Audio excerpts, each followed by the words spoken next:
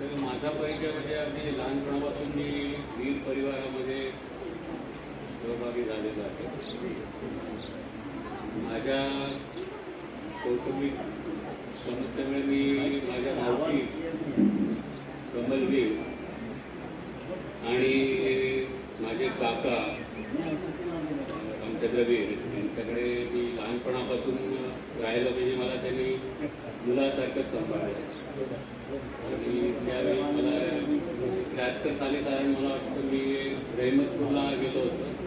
तिथून मी मग संगमनेरला त्यांच्यावर आलो. संगमनेरला आल्यावर मी माझी मावशी काका त्यावर आपले काका दाखवले मार्गदर्शन अभ्यासात मला त्यांनी पुढे शिकण्याची संधी दिली. चर्चा नेहमी असायची त्यांच्या विषयाची, मराठी विषयाची, इंग्लिशमध्ये म्हणून आम्ही मुद्दामी यांना बोलले की काही झालं तरी आपण जाऊया 1 दिवसासाठी का होईना. आणि म्हणून आम्ही मुद्दामी इथं आलो. कल्याणीलाही घेऊन आलो. त्यानिमित्ताने सगळ्यांचे आपले कौटुंबिक हे होते. मुलगा काही येऊ शकत नाहीये. मी सध्या औरंगाबाद इथे सुपरिटेंडिंग इंजिनियर या पदावरती कार्यरत आहे PWD डिपार्टमेंटमध्ये. आता मी एप्रिलमध्ये रिटायर होते. आमचे जावई IT मध्ये आहेत. ते पुण्यामध्ये असतात. ते त्यांची कंपनी सारखी बदलत असते. मला नाव काय आठवत नाही त्यामुळे विप्रोमध्ये आहेत सध्या ते. आणि कल्याणी तर तसे आता घरीच असते मुलगा लहान असल्यामुळे. पण याविषयी एक सांगताना मला आठवण जरूर करावीशी वाटते की भाऊंची सुद्धा 4 पुस्तकं प्रकाशित झाली होती. म्हणजे सर्वांच्या दृष्टीने ते मोठेच होते. तर त्यांची पुस्तकं 4 एका वेळी आम्ही गव्हर्नरच्या हस्ते त्याचं प्रकाशन केलेलं होतं. म्हणजे 2007 साली. पण SM कृष्ण होते गव्हर्नर त्यावेळेस राजभवनमध्ये. तर तो कार्यक्रम असा अचानक ठरला आणि फक्त किशोर आणि अण्णा सर दोघंच तिथं आम्हाला आम्ही फोन केला आणि दोघंच येऊ शकले. असं झालं त्यावेळेस. कारण रात्री आम्हाला 8 वाजता त्यांनी सांगितलं की उद्या सकाळी 10 वाजता कार्यक्रम घेतलेला आहे. त्यामुळे आम्हाला जास्त कुणाला बोलवता नाही आलं. पण असा स्नेह मेळावा त्यावेळी पण झाला असता, होऊ शकला असता. ते आम्हाला पण कधी क्लिक झालं नाही किंवा नंतरही करता आला असता. तर ती थोडीशी खंत ह्या प्रसंगाच्या निमित्तानं मला जाणवते थोडीशी. पण ठीक आहे. आता झाला हा कौतुकास्पद सोहळा आहे. काकांच्या दृष्टीने मी आत्ताच काकांना बोललो की म्हणलं असं झालं होतं तेव्हा. आता तुमचा हा सोहळा होतोय ही खूप आनंदाची गोष्ट आहे. आणि हे मनावर बाकीच्याने घेतलं ते उत्तम झालं. कारण आपल्याच लोकांचा परिचय आपल्या लोकांना नसतो. कारण ते काय करतायत काय नाही आजकाल कुणाला काही माहिती पडत नाही. कुणाकडे जाणं येणं नाही राहिलं, कुणाकडं बोलणं चालणं नाही राहिलं. आणि गेल्या 2 वर्षात तरी पूर्ण बंद झालेलं आहे. त्यामुळे हा मला वाटतंय आता ह्या 2-3 वर्षातला मी पहिलाच प्रसंग आहे असा की ज्या प्रसंगाला असा उपस्थित राहिलो व्यक्तिशा. नाहीतर असे प्रसंग सुद्धा आता कमीच व्हायला लागलेत. लोकही टाळायला लागलेत प्रसंग. त्यामुळे हा सोहळा अगदी उत्तम झालेला आहे. मनापासून आनंद वाटतोय या सोहळ्यासाठी.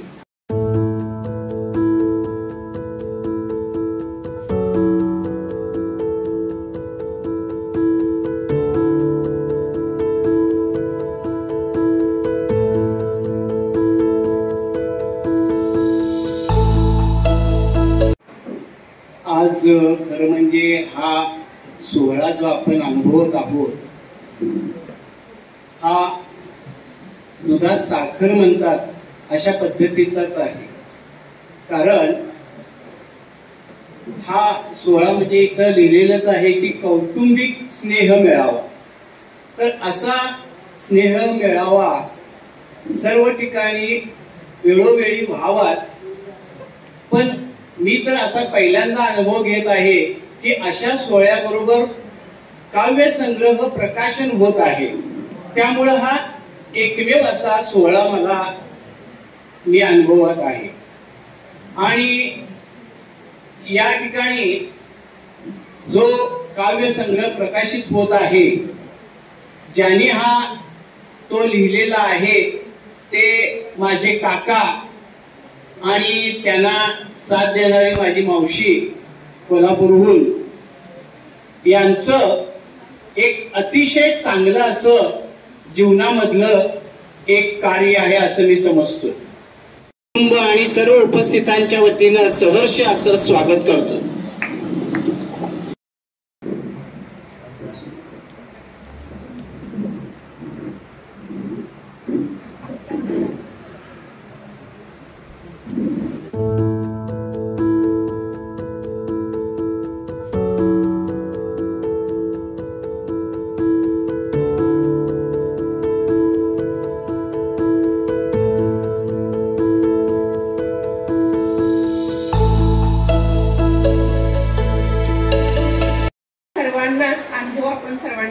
आहे. इच्छा असूनही आपण प्रत्यक्ष एकमेकांशी भेटू शकत नव्हतो, परंतु आता हळूहळू परिस्थिती पूर्ववत होऊ लागलेली आहे. कवयित्री शांता शेळके यांनी म्हटल्याप्रमाणे एती ही घटिका सुंदर आहे, एती ही घटिका सुंदर आहे, आनंद हृदय भरून आहे, आनंद हृदय भरून आहे. अशा या आनंद यात्री कविवर्यांचा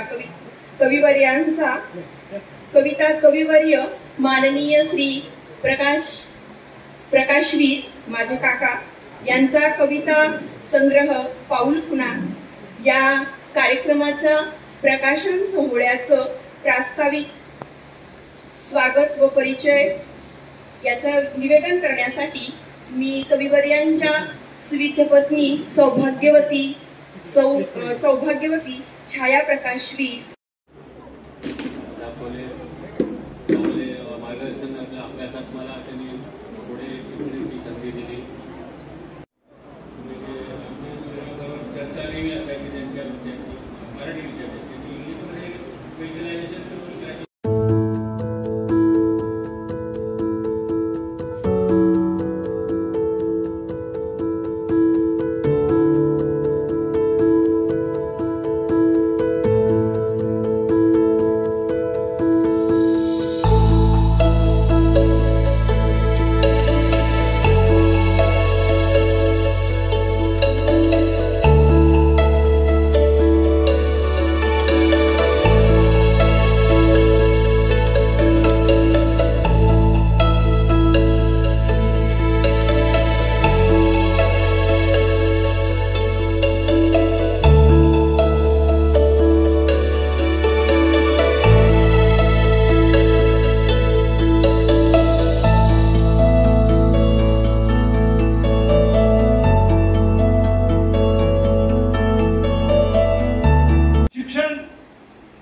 अखंड चालणारी प्रक्रिया.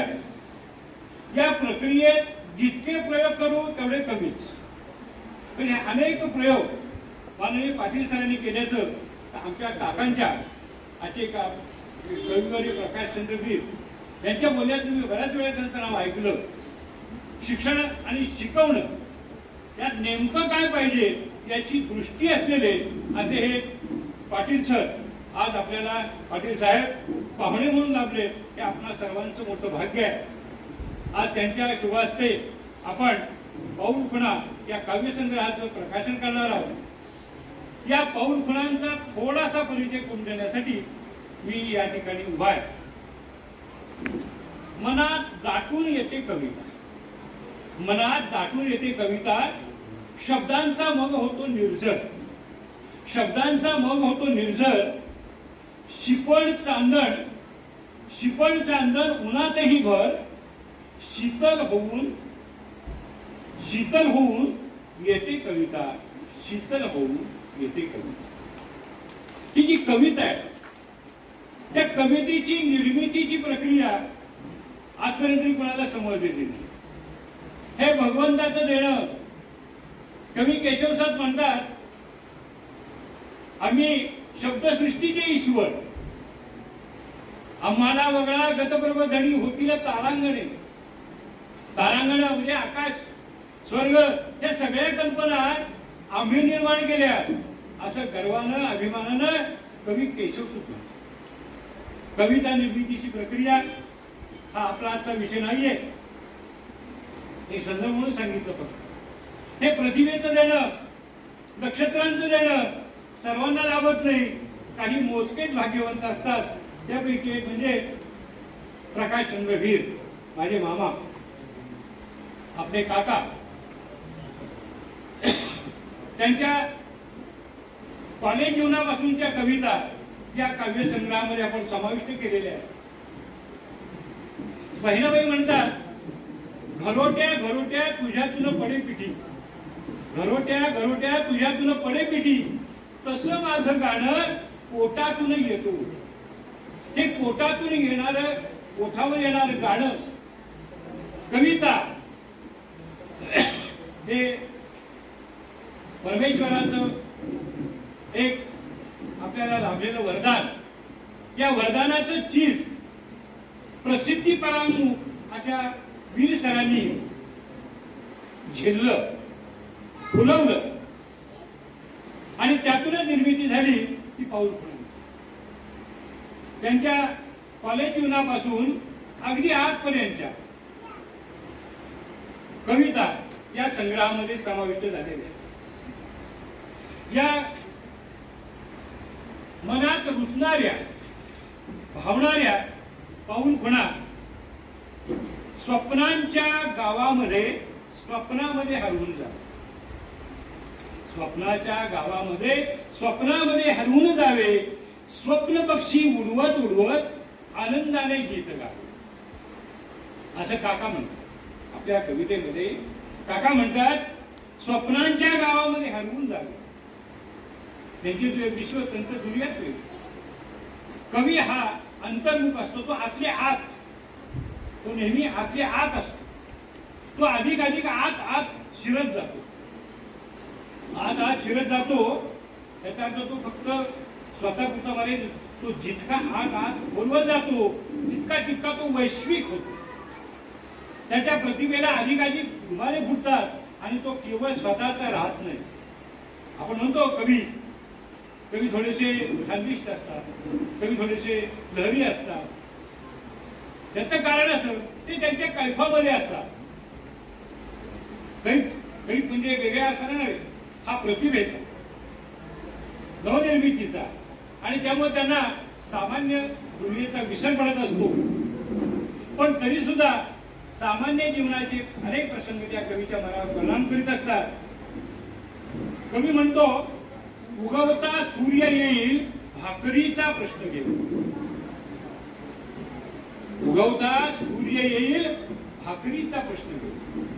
आता हा जो उगवणारा सूर्य भाकरीचा प्रश्न घेऊन येणार आहे, त्याची जी दाहकता आहे ह्या दोन ओळीतून आपल्याला फार मोठ्या प्रकर्षाने सामर्थ्याने झालं. अल्पाक्षर रमणीयत्व हे काव्याचं वैशिष्ट्य.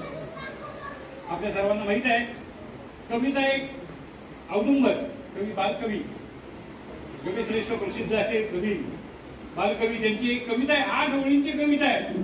पहिल्या तटावर पहिल्या तटावर हिरवाळी देऊन निळा सावळा झरा वाहतो बेटा बेटा तुन. 4 घरांचे गावाची मुकले पहिल्या टेकडीकडे, अशी ती 8 ओळींची कविता आहे. आणि त्यात ते म्हणतात पाय टाकुनी जळात बसला असला औदुंबर. आठवी ओळ. आता पाय टाकुनी, आता जळ म्हणजे पाणी, पण झाकळून जळ गोड काळीमा पसरलेला. त्याच्या प्रत्येक शब्दाचा अर्थ जरी बघायचं म्हटलं तर कमीत कमी 15-20 मिनिटं, काय एखादा विद्वान अर्धा तास, 1 तास त्यावर बोलेल. इतकं सामर्थ्य त्या शब्दांचं असतं. आणि असं हे शब्द सामर्थ्य आपल्याला पाऊल खुणांमध्ये पदोपदी आढळतं. या कवीनं अतिशय समर्थपणे आपली कविता, मी मगाशी एक शब्द वापरला की प्रसिद्धी परांगमुख.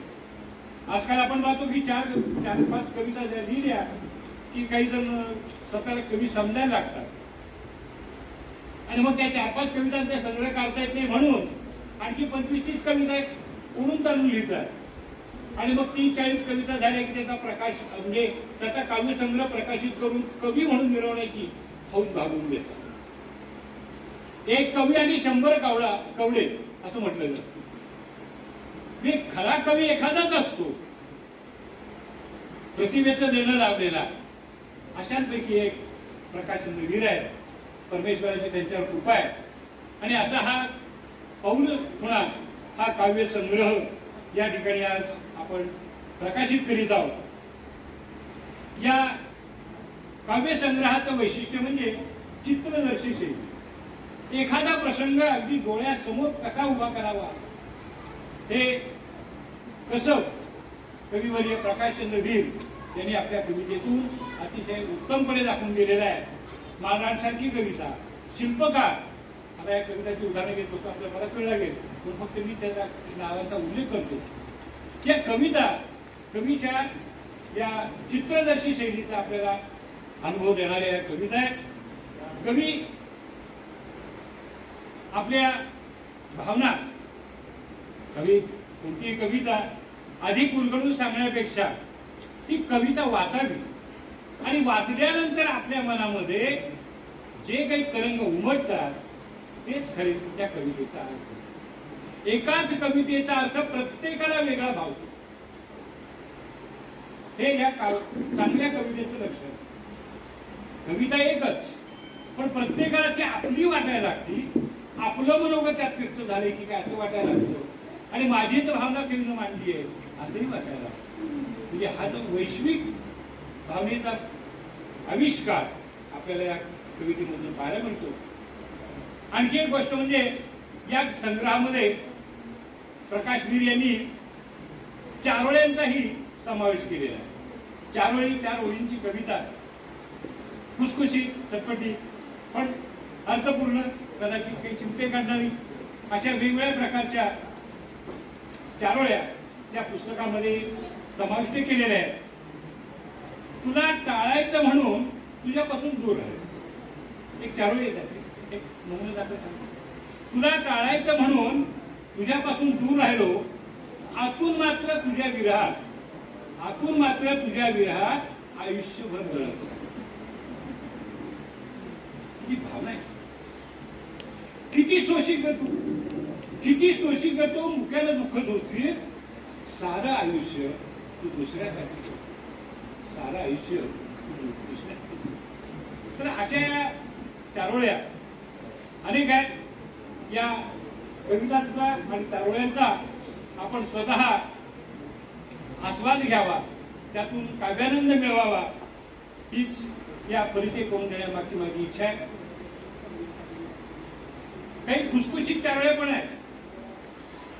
तुझ्या प्रेमासाठी मी सगळं काही सोडलं. तुझ्या प्रेमासाठी मी सगळं काही सोडलं. तुझ्या विरहात जळणं एवढंच काही ते बाकी ठेवलं.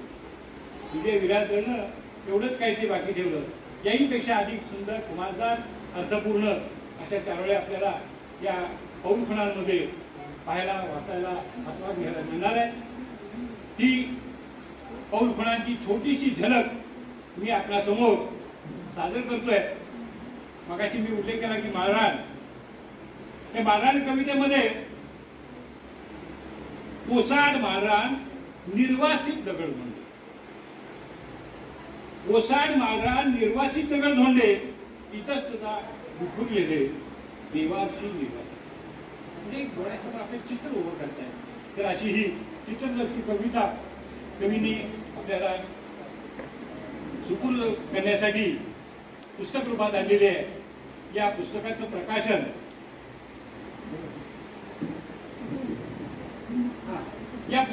प्रकाशन आज आपण आजचे प्रमुख पाहुणे माननीय शरदजी पाटील यांच्या शुभ हस्ते करणार आहोत.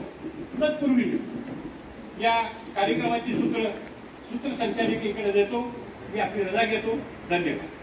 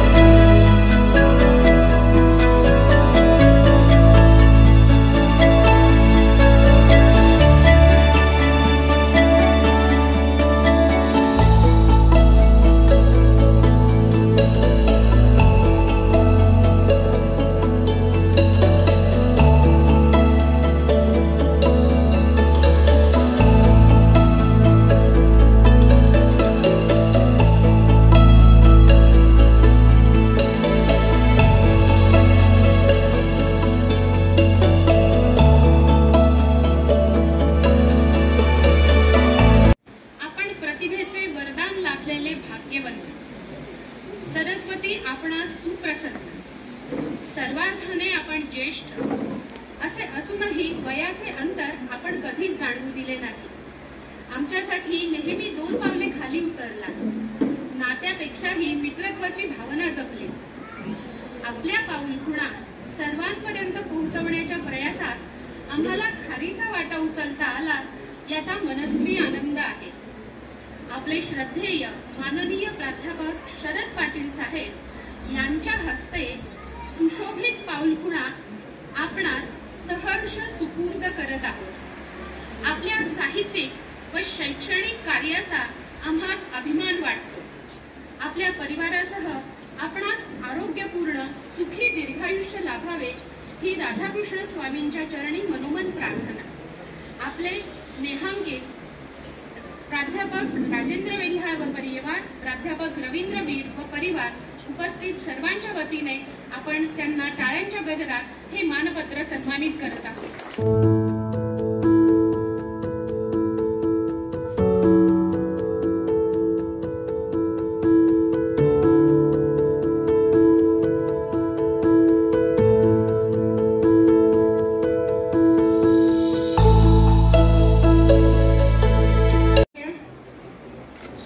प्रकाश वीर.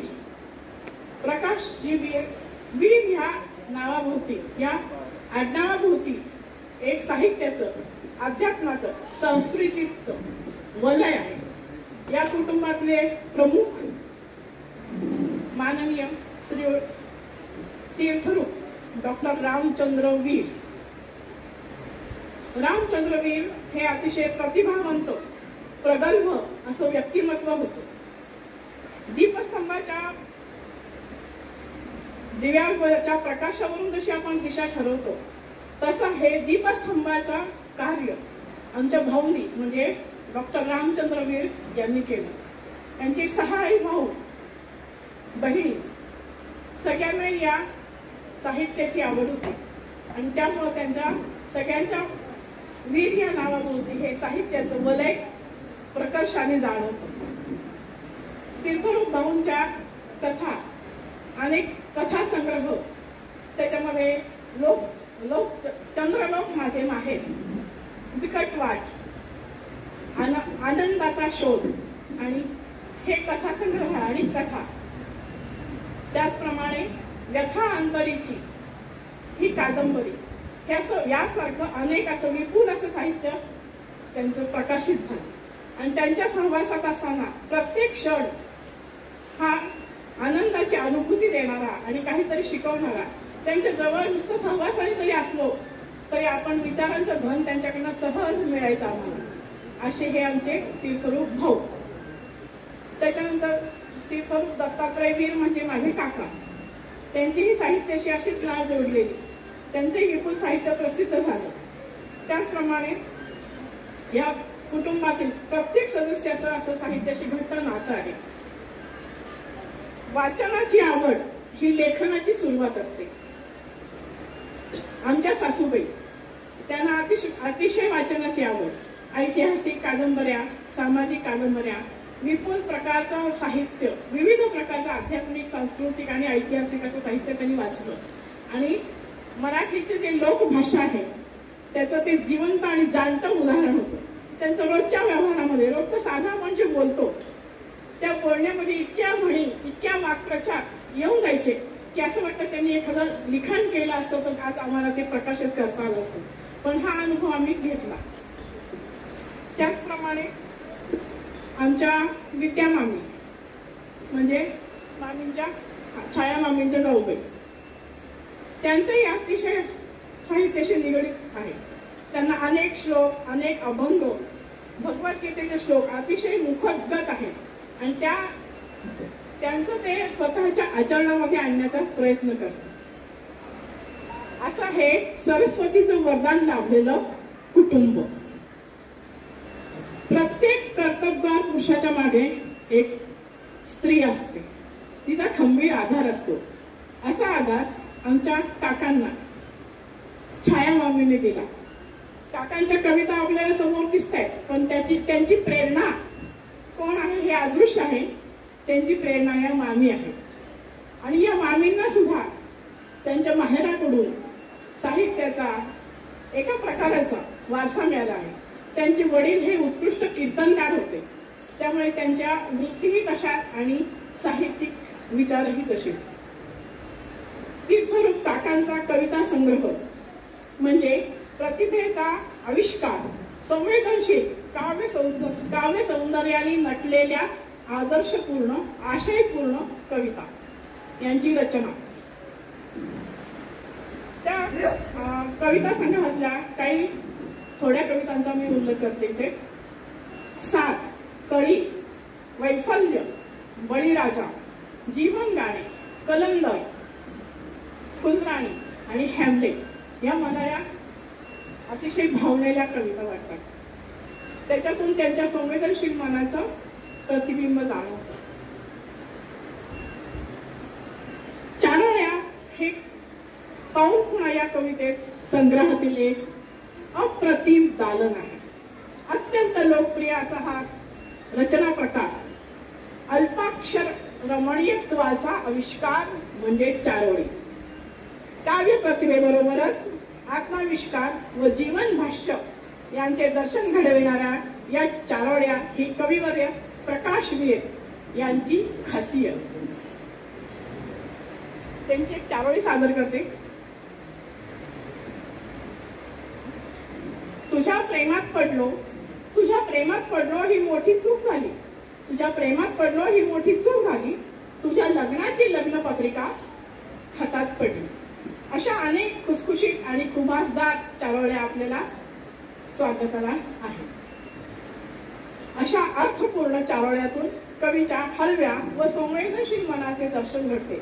या चारोळ्या सर्वांनाच आवडतील अशी आशा आहे आणि त्या तशा आहेतही. कविवर्य प्रकाशवीर यांच्याकडून यापुढेही उत्तमोत्तम कविता आणि चारोळ्यांची अपेक्षा. शुभास्ते पंथाना संतु. धन्यवाद. गुरु कुटुंबाची तुम्ही सदस्य झालेली आहे आणि ह्याचा मला आज जास्त जाणवते की आपल्याला 4 शब्द मनोगत सांगता येते की यांच्या पाऊल खुणा हे वाचताना वेदना आणि वय ह्याचा विसर पडला आणि कुठली कविता जास्त चांगली आहे हे ठरवायला अवघड गेलं. त्यांच्या लेखणीला आणि त्यांच्या प्रतिभेला स्वतःला प्रणाम आणि अशीच अजून त्यांच्याकडून हे प्रतिभा उजळत राहू दे. त्यांचं पुढचं आयुष्य चांगलं आरोग्यमय आणि असंच आनंदात जाऊ दे. कसं जगायचं आणि कसं आनंदात दिवस काढायचे जगण्याचा अर्थ त्यांनी त्यांच्या पाऊलखुणामधून व्यक्त केलेला आहे. आणि मला आता असं कळवून येते की काय बोलायचं आणि आपल्याकडे आता शब्द नाही आहेत. तर मी पुन्हा एकदा धन्यवाद देते की यांच्या कमलवंशांच्या सेंडॉफला पण मला त्यांचं सगळं म्हणजे त्यांचं प्रतिभा किंवा त्यांचं वर्णन करायला मिळालं आणि आज ह्या प्रकाशन सोहळ्याला सुद्धा मला त्यांचं आभार मानता आले आणि ह्या कार्यक्रमात हजर व्हायची संधी मिळाली. आणि हे अनंत वाटक्के आहे माझ्या खूप भाचा आहे त्याला पण मी श्रेय देते की त्यांनी मला इथलं सुखरूप आणलं. माझं आता 77 पूर्ण 78 चालू आहे पण मी म्हातारी झाले असं मला अजून वाटत नाही. तर ह्या कवितातून आणखी जरा मला प्रेरणा मिळालेली आहे. जावई कन्या उपस्थित नागरिक मित्रमंडळी, कविता म्हणजे आता काकाने ओळख करून दिली की कविता म्हणजे कसं असतं की कमी शब्दात जास्त भावना व्यक्त करून देणारी म्हणजे कविता असते. आणि आता सध्या काकांनी सांगितलं मोठ्याने सांगितलं तसं की चारोळी म्हणजे पण आता 2020 मॅच सारखं आहे की अगदी 2-4 ओळीमध्येच आपलं मॅच संपून जाते की अगदी. आणि आता पण सांगताना सांगितलं की उद्याचा सूर्य भाकरीचा प्रश्न घेऊन येईल. अगदी 2 ओळी 2 शब्दातच 10ता दाखवते.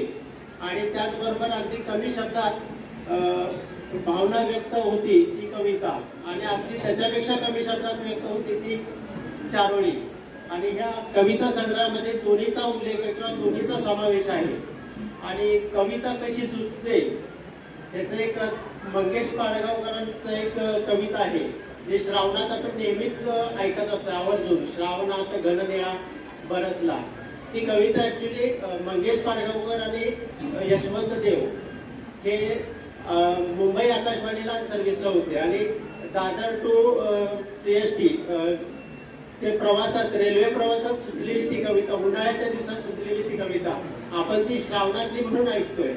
ती कवीला कुठली कविता कशी सुचेल हे अजिबात सांगता येत नाही. ती कवीनीच करावं आणि असं कवी आज प्रकाशन होतोय, त्याचा खूप आनंद होतोय. अशाच कविता काकांच्याकडनं अजून निर्माण व्हाव्या याच्यासाठी मी कविता त्यांना सुचाव्या, त्याच्या आणखी प्रकाशन व्हावं. त्याचबरोबर आता कसोटीकांसाठी पण शुभेच्छा देतो की त्यांनी कादंबरी सुद्धा हात लावावा, कादंबरीसाठी सुद्धा त्यांनी काम करावं असं ते भावना व्यक्त करतोय. काकींचा सपोर्ट आहे, काकी नेहमीच त्यांच्या पाठीशी राहतील. सगळेच आम्ही त्यांच्या पाठीशी आहोत आणि आणखी त्यांच्या कविता अजून सादर व्हावेत, अजून कविता संग्रह त्यांचे निघावेत अशी शुभेच्छा देऊन मी माझे 2 शब्द संपवतो. Respected Chief Guest, Shri Sharad Patel Sir, ex-MLA, Chairman of Yashwant Shikshan Sanstha, and Honorable Shri Prakash Veer Kaka, and all the members of Veer family and their relatives, extend you a warm welcome. I, Dr. Komal Onkar Jadhav, and I am here to express my feelings. Prakash Kaka, he is not only a teacher but also a poet. On the occasion of the inauguration of his composed poems titled Paul Khuna, and here to he has expressed his genuine feelings and sweet and sour experiences in his life. What is poetry? Poetry is a shadow cast by our extraordinary street-like imagination. In literary sense, poetry is a spontaneous overflow of powerful feelings recollected in tranquility. I feel that Prakash Kaka is really a born poet. May God shower him with blessings and give him strength to continue his creative work. I feel very proud to be a member of this family. Prakash Kaka, wishing you all the best for your future endeavors. Let us give a big round of applause for him. With this, I conclude my speech. Thank you so much. Have a wonderful day. हा जो प्रकाशन सोहळा आहे पाऊल खुणा, यामधून आपल्या सगळ्यांनाच आपले सर्वांचे लाडके काका यांचा एक कवी म्हणून खरं तर परिचय झालेला आहेच. म्हणजे यापूर्वी आपण त्यांना कवी म्हणून ओळखत होतो, परंतु आज अभियास त्यांचा कविता संग्रह प्रसिद्ध झाल्यामुळे आज कविवर्य प्रकाशचंद्र असं म्हणतो. कवी काका आहेतच, त्याबद्दल काहीच प्रश्न नाही, पण मला काका जास्त भावले ते कथाकार म्हणून. आता खरं तर काकांनाही आश्चर्य वाटेल, पण खरं तर काका जेव्हा रहमतपूरला यायचं, म्हणजे आपल्याला जसं दिवाळी म्हटलं की दिवाळी सणाचं जसं आपल्याला खूप कौतुक की फटाके आहे, फराळ आहे, सगळं आहे, त्याचबरोबरीने आम्हाला त्या दिवाळीचं जास्त आकर्षण असायचं ते म्हणजे काका काकू येणार, मिरजेचे काका काकू येणार. हे जास्त आकर्षणाची गोष्ट आमच्यासाठी असायची, कारण दिवाळीची सुट्टी आणि उन्हाळ्याची सुट्टी या 2 सुट्ट्यांमध्ये आवर्जून काका काकू रहमतपूरला यायचे, 4 दिवस राहायचे आणि ते जे 4 दिवस असायचे ते खूप धमाल असायचे. आणि त्या 4-8 दिवस जे काही राहायचे त्यामध्ये ते जेव्हा असायचे तेव्हा रात्री सगळी जेवण वगैरे झाल्यानंतर ते आम्हाला इतक्या छान कथा सांगायचे आणि त्या सगळ्या कथा ज्या असायच्या त्या भूताच्या कथा असायच्या. आणि त्या कथा सांगताना त्यांचा जो मूड असायचा की त्या मूडमध्ये आम्ही सगळेजण हरवलेलो असायचो आणि रात्री रमलेली ती सगळी ते जे भारावलेलं वातावरण असायचं, खरंच ते खूप आम्ही काका मिस करतो की परत कधीच नाही मिळालं ते आम्हाला.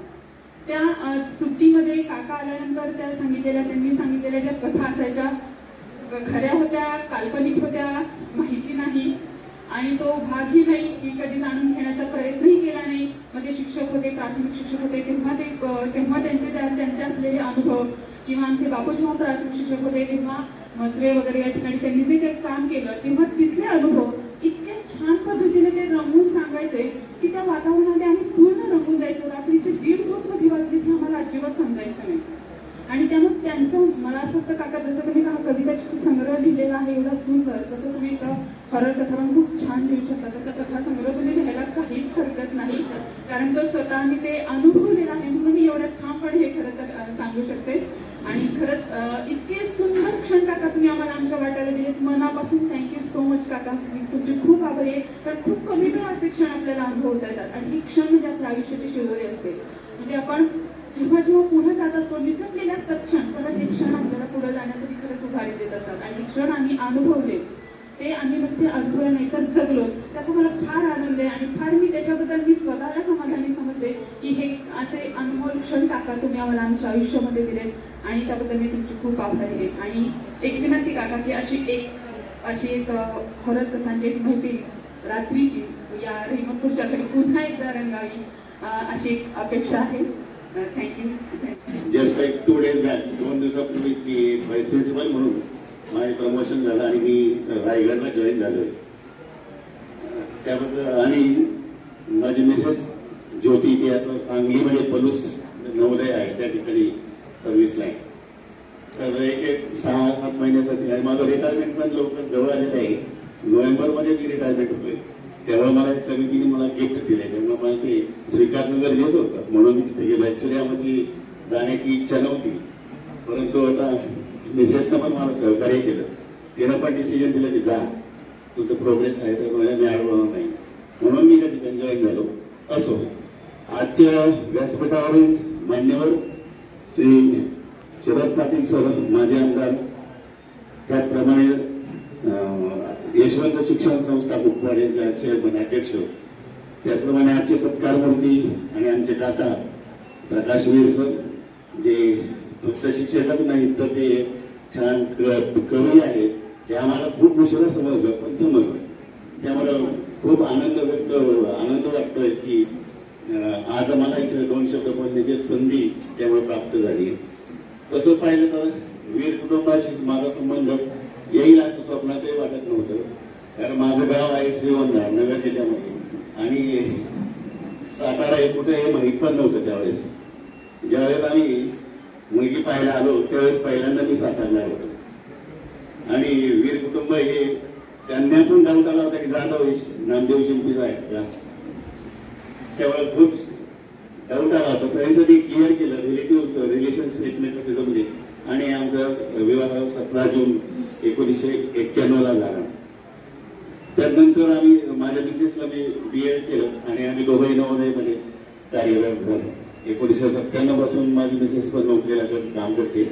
आणि काकांविषयी आणि काकांविषयी म्हणाल तर आम्ही प्रत्येक मे महिन्याच्या सुट्टीमध्ये आलो की त्यांच्याशी मैत्री असायची. त्यांच्या चुटकुले, त्यांची गोष्ट, त्यांचे अनुभव त्यांनी खूप आनंदी आणि हास्य आणि खुश म्हणून सांगायचे. आम्हालाही त्यांच्या भाषा खूप आनंद वाटायचा.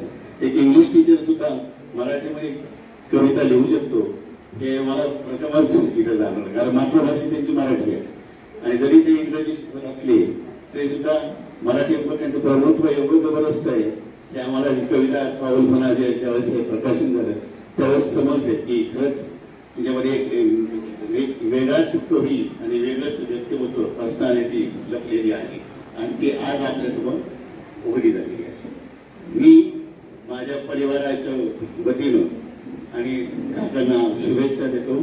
त्यांचं उर्वरित आयुष्य हे आनंदमय, अगदी हेल्दी असं जावं असं परमेश्वरच्या प्रार्थना करून यापुढे सुद्धा त्यांनी असंच त्यांचं जे क्रिएटिव्ह रायटिंग आहे ते कंटिन्यू ठेवावं आणि परमेश्वर त्यांना ताकद देवं.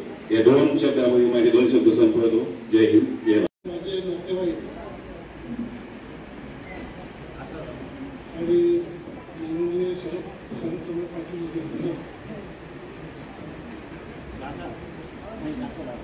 माझ्या कवितेविषयी माझ्या कवितेविषयी थोडंसं बोलावं म्हणून मी उभं राहिलो. कविता ही कशी असते माहिती का तुम्हाला? कविता ही आतून फुलायला लागते, आतून उफाळून यायला लागते, त्याची कविता होती. नुसतं कविता कर बोललं म्हणून कुठली कविता करू शकत नाही. आता एका दादा सरांच्या सुरुवातीला सांगितलं की poetry is the spontaneous work of living. कविता ही तुमच्या अंतर्कृतीतून बाहेर आलेली कविता असते. तर अशी ही कविता माझ्या जीवनामध्ये कॉलेजला असल्यापासून आमच्या घरामध्ये साहित्य माझ्या लहानपणापासून साहित्य घरात होतं. माझे थोरले बंधू डॉक्टर बाबासाहेब हे त्यांचे संस्कार सगळ्यांवर झालेले आहेत लहानपणापासून आणि त्यामुळे सगळेच बंधू आम्ही साहित्याची आवड असणारे आहोत. मी यातूनच माझ्या कविता संग्रहात माझ्या कविता निर्मितीचा निर्माण झाली, आवड निर्माण झाली आणि मी कविता घरात सुरुवात केली. कॉलेज जीवनापासून अगदी आतापर्यंत ज्या ज्या कविता मी केल्या होत्या माझ्या विशेषण एखादी संग्रह करून ठेवलं आणि तिथेच माझ्यासमोर एक मुद्दा मांडला. ती म्हणाली विखुरलेली फुलं तर चांगली दिसतातच नव्हती, पण ही विखुरलेली फुलं तर एकत्रित त्यांना गजरा तयार केला आणि तो डोक्याने असला तो अधिक फुलं दिसतो अशी माझी विशेष म्हणाली. आता तुझं म्हणणं मला पटलं आणि मी सगळ्या माझे इथं सुद्धा विखुरलेल्या कविता होत्या त्या सगळ्या एकत्र करायला मला मदत केली आणि त्यातून या पाऊल फुलाचा जन्म झाला. त्या कविता लिहिताना मनामध्ये थोडी ही भीती होती की आपल्या कविता लोकांना आवडतील का, लोक छापतील का, काय होईल का. त्यातून मला दोघांची पूर्वी वैज्ञानिक असं केलं माझ्या काही कविता प्रसिद्ध केल्या. पूर्वी स्वराज्य म्हणजे साप्ताहिक होतं, त्यातून माझ्या काही कविता प्रसिद्ध झाल्या आणि त्यामुळं मला प्रोत्साहन मिळालं. सगळ्यात जास्त प्रोत्साहन मिळाला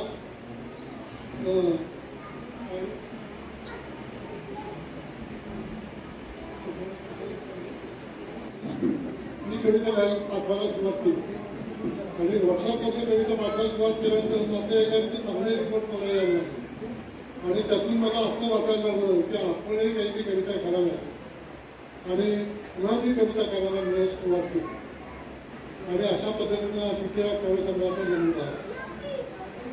आता कवितेविषयी बोलताना मी एवढंच सांगेन की कवी हा सुखी असू दे किंवा दुःखी असू दे, कविता ही त्याच्या ओठात येणारच. स्पॉन्टॅनियसली अगदी उत्स्फूर्तपणे त्याच्या हृदयातून कविता बाहेर पडतात. तिथे बहिणाबाई चौधरी समाजच्या कवी होता तुम्हाला परिचय असेल तर त्यांचे चिरंजीव सोपानदेव चौधरी यांनी कवीविषयी थोडक्यात सांगितलं. कवीचं मुक्तीपत्र अशी नावाची त्यांनी कविता दिली. ती कविता अशी होती, जाळू नका हो कवीचे सर्व, जाळू नका हो कवीचे सर्व, जन्मभरी तो जळतच होता. उधळू नका ही तयावर फुलं, उधळू नका ही तयावर फुलं, जन्मभरी तो फुलतच होता. तर अशी ही कविता वाचल्यानंतर तुम्हाला कवी काय चीज आहे हे तुमच्या लक्षामध्ये येईल. कवी हा मनातून जळतही असतो, फुलतही असतो, त्याला आनंद होतो, दुःख होतो, पण ते त्याला कवितेतून दुःखी स्पष्ट होतो, बाहेर पडतो. तर आता आधीच कार्यक्रमाला उशीर झालेला आहे, तर माझ्या कविता संग्रहाविषयी माझ्या विशेष ते 4 शब्द बोलावे असे मी तुला विनंती करतो. नाव केलं की आपल्याला कल्पना दिली की तू 4 शब्द बोल म्हणून, पण आता ज्या सगळ्या कविता आहेत त्याचं वाचन व्हॉट्सअपवरून प्रत्येकाच्या वेळी झालं असेल. पण म्हटलं की प्रत्येकी सुट्टीसाठी कविता पाठवण्यापेक्षा आपण कविता संग्रह गावी राखा आणि याला दुजोरा मिळाला आमच्या भाषाच्याकडून. म्हणजे प्राध्यापक रवींद्र बी आणि प्राध्यापक छगन, प्राध्यापक राजेंद्र बेल्हार, तर या दोघांच्या मुळंच हा आमच्या जीवनातील अत्यंत आनंदाचा क्षण मिळेल हा आम्ही उपभोगत आहे. कारण त्यांनी अतिशय फक्त काकू तुम्ही कविता लिहा, बाकी तुम्ही काहीही करू नका, आम्ही राहणार मिरजेला, कोल्हापूरला आणि हे सातारला पण आणि एक हैदराबाद, तरी सुद्धा ही साखळी गुंफून आमच्या आयुष्याला एक अनमोल देणगी त्यांनी दिलेली आहे. आज एक कविता यांनी लिहिल्या असल्या तरी हा जो आनंद आहे तो केवळ त्यांच्यामुळं मला मिळालेला आहे. म्हणून मी त्यांचं कौतुक करते आणि त्यांना शाबासकीही देते. धन्यवाद. क्षणभर मला साहित्य संमेलनाला उपस्थित आहे की काय असं वाटून गेलं. आमचे मित्र आणि अनेक वर्ष त्यांनी आमच्या शिक्षण संस्थेमध्ये अध्यापनाचे काम अत्यंत प्रामाणिकपणे केलं. असे श्री प्रकाश वीर यांनी लिहिलेल्या कवितांचा पाऊल खुणा हा कविता संग्रह प्रकाशित करण्यासाठी आयोजित करण्यात आलेल्या या कार्यक्रमाला उपस्थित असलेले रविवारी त्यांच्या पत्नी सुनील पत्नी छायाताई, त्यांचे दामाद, त्यांच्या कन्या, त्यांचे सर्वच आपले विशेषतः त्यांच्या पुतण्या, संख्या किती आहे काय कळले झाले, त्यांचे सर्व पुतणे जावई आणि सर्व त्या ठिकाणी उपस्थित वीर, वेल्हार, गोकर्णेकर कुटुंबीय, जाधव कुटुंबीय, तर हा एक कौटुंबिक अत्यंत जिव्हाळ्याचा एकमेकाविषयी असलेल्या प्रेमाचा आविष्कार करणारा सोहळा. त्यामध्ये मला सहभागी होता आलं याचा मला खूप आनंद आहे. तर एखाद्या कुटुंबामध्ये एवढ्या व्यक्ती साहित्याशी संबंधित आणि विशेषतः शिक्षण क्षेत्राशी संबंधित असतील ते संभवत नाही असं वाटतं. परंतु या ठिकाणी वास्तव असं आहे, काय म्हणाल्या की अंगणवाडीपासून उच्च शिक्षणापर्यंतच्या सर्व स्तरावर काम करणारे घटक आमच्या कुटुंबामध्ये आहेत. म्हणजे हा एक अत्यंत म्हणजे दुर्मिळ अशा प्रकारचा एक अनुभव आहे असं म्हणावं लागेल. सर्वच अत्यंत सुसंस्कृत आणि साहित्याची जाण असलेले सर्व हे तुम्ही या ठिकाणी सगळे कुटुंबीय जमलेले आहात. आणि खरोखर कौटुंबिक साहित्यिक मेळावा, साहित्यिक एक परिषद म्हणून लागेल असं या ठिकाणी तुम्ही आयोजित केलं आणि त्यामध्ये आम्ही सहभागी होऊ शकलो. ते खरोखर आमचं भाग्य समजतो. तर प्रकाश वीर यांना मी एक शिक्षक म्हणून होतो आणि एक कोणाच्या अध्यात नाही मध्यात नाही पण आपल्या तंद्रीमध्ये असलेले आणि अध्यापनाचे काम मात्र अत्यंत चोखपणानं करणारे एक प्रामाणिक शिक्षक म्हणून होतो. आणि निवृत्तही झाले, त्यानंतर ते कुठे झाले हे काय माझं लक्षात आलं नाही. तर अचानक त्या छायाताईंचा फोन आला. त्यावेळी या पाऊल खुणा कविता संघाची माहिती मिळाली आणि त्याला लगेच होकार झाला. म्हणजे येतो स्वतः पाऊल खुणा ह्या काव्यसंग्रहाचा प्रकाशन सोहळा या ठिकाणी आहे असं मला वाटतं. आपल्या सुलतानबाई कॉलेजमधले प्राध्यापक गोपाळबाई सुनील त्यांच्याही मला कोणाला तेही भेटून गेले आणि चांगला येऊन घेऊन आला. जवळपास 2 तास झाले आता. म्हणजे या सगळ्या आमच्या मांदी अलीकडे आम्ही माहून निघालो आणि खरोखरच एक अत्यंत आनंददायी आणि प्रेरणादायी अशा स्वरूपाचा कार्यक्रम या ठिकाणी आयोजित केल्याबद्दल तुम्ही सर्व कुटुंबियांना मी खरोखर मनापासून धन्यवाद देतो. आणि पाऊल खुणा ह्या काव्यसंग्रहाचं प्रकाशन झालेलं आहे असं औपचारिक करतो.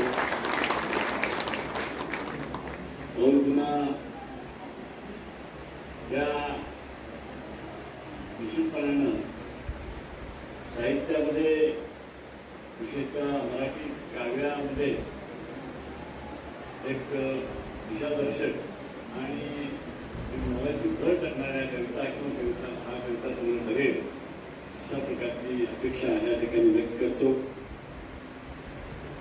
श्री प्रकाशवीर यांनी ही आपली जी प्रतिभा आहे ही प्रतिभा यापुढे देखील अशीच फुलवत राहावी आणि असंच त्यांनी फुलत राहावं, जळत राहावं असं म्हणणार नाही, पण त्या कवीनं यापुढे असंच फुलत राहावं आणि त्याच्या काव्याचा आनंद आम्हा सर्वांना मराठी भाषिकांना द्यावा.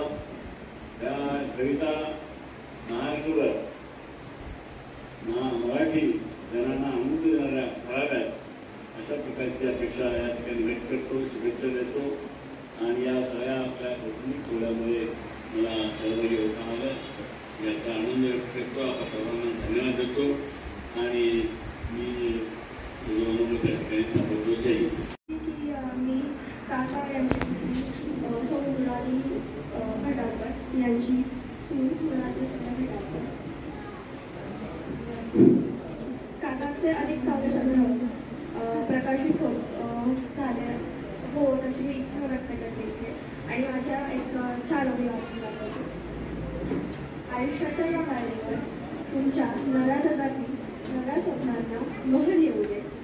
आयुष्याच्या या पायरीवर तुमच्या नव्या जगातील नव्या स्वप्नांना बहर येऊ दे. तुमच्या इच्छा तुमच्या आकांक्षा यांनी उंच भरारी येऊ दे. तुमच्या इच्छा आकांक्षा यांनी उंच भरारी घेऊ दे. मनात आमच्या एकच इच्छा शिखरे उत्कर्षाची सर तुम्ही करावी. मनात आमच्या एकच इच्छा शिखरे उत्कर्षांची तुम्ही सर करावी. कधी वळून पाहताना आमची शुभेच्छा स्मरा. धन्यवाद. आणि माझे वीर भाऊजी त्यांच्या सुविद्य पत्नी कमलवीर माझ्या नणंदबाई, प्रज्ञा भाची माझी आणि जावई बाबू. तर मी थोडक्यातच माझं मनोगत व्यक्त करते की मी नांद्रात सर्व्हिसला होते तेव्हा माझे मिस्टर हे विरांच्या 2 व्हीलरवरून मला सांगलीपर्यंत नेहमी शनिवारी अगदी पोचवायचे. म्हणजे कधी माझ्या मिस्टरांनी त्यांची गाडी घेतली आणि मला ती पोचवण्या येत असत. नेहमी वापरायची मिस्टर म्हणजे त्यांची गाडी, पण कधी वीर भोजींनी कुरकुर केली नाही. तेव्हाच त्यांच्या स्वभावातली गोष्ट मला कळली ती म्हणजे त्यांचं धीर गंभीर आणि दिलदार अशी मनोवृत्ती. माझ्या मिस्टरांचं आणि त्यांचं अतिशय सख्य होतं आणि माझ्या दोन्ही मुलांना भाऊजींचा खूप लढा. आजही माझी मुलगी आली तर भाऊजी म्हणजे सकाळपासून तिने 2-3 वेळा मला भाऊजींच्या आठवणी सांगितल्या. असं सगळं ती करत राहते. अजूनही आधी ती कधी भाऊजींची आठवण काढली सारखं सुरू असतं तिचं. सुरस कथा सांगायची त्या काळामध्ये. माझं लग्न झाल्यानंतर 2 मुलं झाल्यानंतर 2 मुलं त्यांच्याकडे पूर्ण असायची आणि त्यांना भाऊजी अगदी म्हणजे मगाशी सांगितलं नाही की नक्की भूताच्या कथा वगैरे कशा कथा असायच्या, बाकीच्या कथा चमत्कारी अशा सुरस कथा सांगायची. माझ्या मुलगीच्यामुळं मला त्यांच्याकडे काव्य प्रतिभा आहे या गोष्टीची ओळख झाली. कारण मुलीनं मला त्यांच्या कविता वाचून दाखवल्या आणि तेव्हापासून मग त्यांच्या कविता वाचण्याचा योग माझ्या जीवनामध्ये आला. त्यांच्या कविता मी बघितल्या, वाचल्या. मला साध्या सरळ सोप्या सुलभ आणि आशेप अशा त्यांच्या कविता आहेत. आणि म्हणजे शब्दांचं जगत भांडार म्हणतो तसं काही त्यांच्याजवळ नाही. दुर्बोधता कळत नाही, कठीणपणा आहे असा काही प्रकार त्याच्यात बिलकुल नाही. साध्या सोप्या सरळ आणि म्हणून त्यांच्या कथा आपल्याला प्रिय वाटतात. मगाशी कोणीतरी म्हणजे अल्पाक्षर रमणीयत्व ही गोष्ट त्यांच्या कथेमध्ये त्यांच्या कवितेमध्ये सारखी जाणून येते. त्यांच्या पुस्तकाच्या मुखपृष्ठाबद्दल मला जरा बोलायचे. मुखपृष्ठ अतिशय समर्पक आहे. पावलं अशी उमटलेली दाखवलेली आहे. तिचा स्वभाव, तिचं राहणीमान, तिचं एकंदरीत पाहुण्यांच्या बद्दल त्याच्या आपण घरी गेलो तर बघून द्या. या सर्वच गोष्टी अतिशय चांगल्या आहेत आणि त्या कॉलेजमध्ये प्राध्यापक आहे असं त्याच्यावर वाटणार नाही, पण त्यांच्याकडे ज्ञानाचा अखंड धरा. कुठलीही गोष्ट अडचणीत आली की मी त्यांना विचारते. नंतर पहिल्यांदा ज्या भाषण केल्या त्या माझ्या थोरल्या बहिणी, त्यांचा सुद्धा फार जाण आहे साहित्याची. आता त्यांनी इथं फारसा त्याचा उल्लेख केला नाही, पण मला त्यांचं बोलणं ऐकत असं वाटतं. त्यांचा एक एक पत्राचा नमुना आणि ही पत्र जर संग्रहित केली तर मोठं वॉट तयार होईल आणि ती अतिशय चांगली. आणि प्रत्येकाबद्दलच म्हणजे आपुलकी आणि आपला परिवार कसा, प्रत्येकाच्या मनात आपण कसं राहायचं हे कसं आपल्या प्रभावीने बोलून घ्यायचं. त्यामुळे आज ठरवून आले ते की प्रभावीने तर बोलायला सांगायचंच. आणि दुसरंही मनात होतं की आज कल्पना आली तर फार बरं, कारण त्यांचं आणि माझं सारखं गावातच असल्याकारणानं वहिनी तरी छोटी बहिणी कोल्हापूरला ती मिरजेला होती, त्यामुळे आमचा सारखा संपर्क असायचा. मग मराठी विषयाची चर्चा वगैरे असायची. आणि तरीसुद्धा मला वाटते आज त्यांच्या घरी खूप अडचणी होत्या, तरीसुद्धा ती एकटी इथं आलेली आहे. असे बरेच जण आहेत की त्यांचे मी प्रत्यक्ष पाटील ते पुस्तकात कार्यक्रम असल्यामुळे लोक जाणार होते, त्यामुळे तुम्हाला लवकर आता करण्यासाठी स्वागत झालं. तर बोलायचं असं होतं की आमची थोरले बंधू प्राध्यापक डॉक्टर वीर रामचंद्र वीर ते सर्वात करून आमचे वडील मासिकांनी 5 वर्षाचा होते आणि त्यांचा खासदार नंबर 22 वर्षाचा होता, 20-22 वर्षाचा होता. त्यावेळी डॉक्टर साहेब वेळेस 20-22 वर्ष. तर त्यावेळेपासून त्यांनी आपल्या धाकट्या भावांना लहान मुलासारखं स्वतःच्या मुलासारखं वाढवलं आणि सांभाळ. त्यामुळे साहित्याची भयंकर आवड होती आणि त्यामुळं घरामध्ये नेहमी वातावरण साहित्यिक असायचं, साहित्यिक वातावरण असल्यामुळं. आणि माझ्याबरोबर माझे पाचवे राजेंद्र नगर, किशोर वेंडे हे सुद्धा आम्ही तिघं एकत्र तिथं राहत असायचो. आम्ही तिघांनी बांधव आई आणि त्यांच्या पत्नी ते 5-6 लोकांचं आमचं कुटुंब राहतो. कायम घरामध्ये साहित्यिक वातावरण असायचं आणि त्यांचे संस्कार आमच्यावर झाले, आमच्या भोल्या बंधूंचे संस्कार आमच्यावर झाले. भोले बंधू हे अतिशय स्वभावाने असे होते आणि त्याच पद्धतीनं तो ही पाचुरीची वगैरे आधी त्यांना आवडायची नाही. आमचा एक प्रसंग मला आठवतो, संगमनेर लायन्स क्लबनं तरुण तरुण कथे तरुणांच्या नवीन साहित्यिकांचे स्पर्धा आयोजित केले होते. तरुण साहित्यिक आहेत त्यांच्या कथांचा एक कथांची स्पर्धा आयोजित केली होती. त्यावेळी आम्ही घरामध्ये मी होतो, राजेंद्र गदाळे होते आणि त्या पुढे आम्हालाही स्फूर्ती झाली की कविता लिहावी. त्या कवितेचे परीक्षक म्हणून डॉक्टर रामचंद्र वीर यांना नेमलं होतं आणि अचानक राजेंद्रने एक कविता आहे कथा लिहिली, मी एक कथा लिहिली आणि आम्ही दोघांनी त्या कथा लिहायसाठी पाठवल्यानंतर बंधूला हे कळलं की आम्ही दोघांनी कथा लिहायसाठी पाठवलेली आहे. आणि त्यांनी लगेच प्रमुख जे आयोजक होते लायन्स क्लबचे त्यांना कळवलं की माझा धाकटा भाऊ आणि माझा भाचा त्या दोघांच्याही दोघांनी आपल्या कथा स्पर्धेसाठी पाठवलेल्या आहे. मी त्यामुळे मी आता काही परिचय म्हणून राहणार नाही. लायन्स क्लबातून दोन आढळले घेतल्यावर ह्या मुद्द्यात आम्ही काय पाचशेची करता मिठून सांगितलं की आता मी या कवितेचा परिचय देऊन त्या प्रबंधाची पुन्हा साहित्यिकाला बोलवा आणि परीक्षेत घेऊ. आता त्या स्पर्धेमध्ये त्याप्रमाणे हॉस्पिटल विद्यार्थ्याचं होते त्यांना परीक्षेत घेऊ. परीक्षेत घेण्यानंतर गंमत अशी की आम्हाला दोघांनाही 5 पुस्तकांना राजेंद्रलाही नंबर आला, माझाही नंबर कथा पद्धतीने दोघांनाही आम्हाला बक्षीस दिलं. आणि त्यावेळी मी आमच्या बंधूंनी मला सांगितलं त्या दोघांच्याही कथा तू वाचल्याचं म्हणतो बंधू. पण कसं होतं म्हणजे कथा खूप चांगल्या होत्या तुमच्या आणि तुम्हाला बक्षीस मिळत होती मला खात्री होती.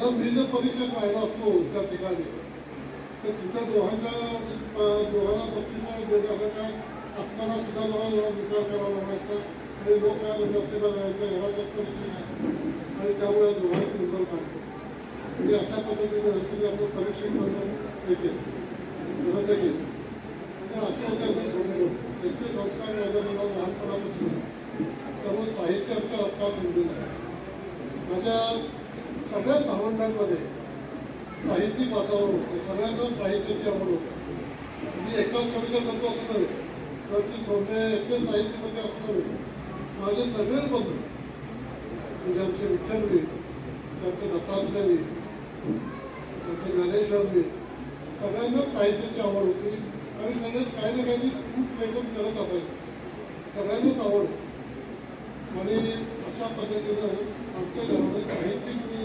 रूपामध्ये असं करतो आता मी मुद्दाला उभा राहिलो काही गोष्टी तुम्हाला सांगायला तुझं म्हणून आणि हा कविता संग्रह जरा अर्पण करताना जरा अतिशय आनंद होतो माझ्या तीर्थस्थळी म्हणजे तीर्थस्थळ ठेवले बंधू डॉक्टर रामचंद्रजी यांना मी हा कविता संग्रह सादर करीत आहे त्याचा मला अतिशय खूप आनंद होतो त्याचे आमचा खास विचार आहे आम्ही सगळी भावना लहान असल्यापासून तरी मोठे नोकऱ्या लागून आमची लोकांचा संभाळ केला त्यामुळे त्यांच्याविषयी आमच्या मनामध्ये खूप आदर आहे अतिशय आदर आहे आणि तेवढ्याच करता मी बरं होतं मगाशी मी भाषणामध्ये कविता सांगणार होतो वेळेला गोष्ट सांगणार होतो पण साहित्याच्या पाहुण्याला वेळ होता जायच्या दुसऱ्या ठिकाणी म्हणून त्यावेळी मी बोलणं माझं आवडतं नाही तर अशा पद्धतीनं मोठ्या बंधूवर साहित्य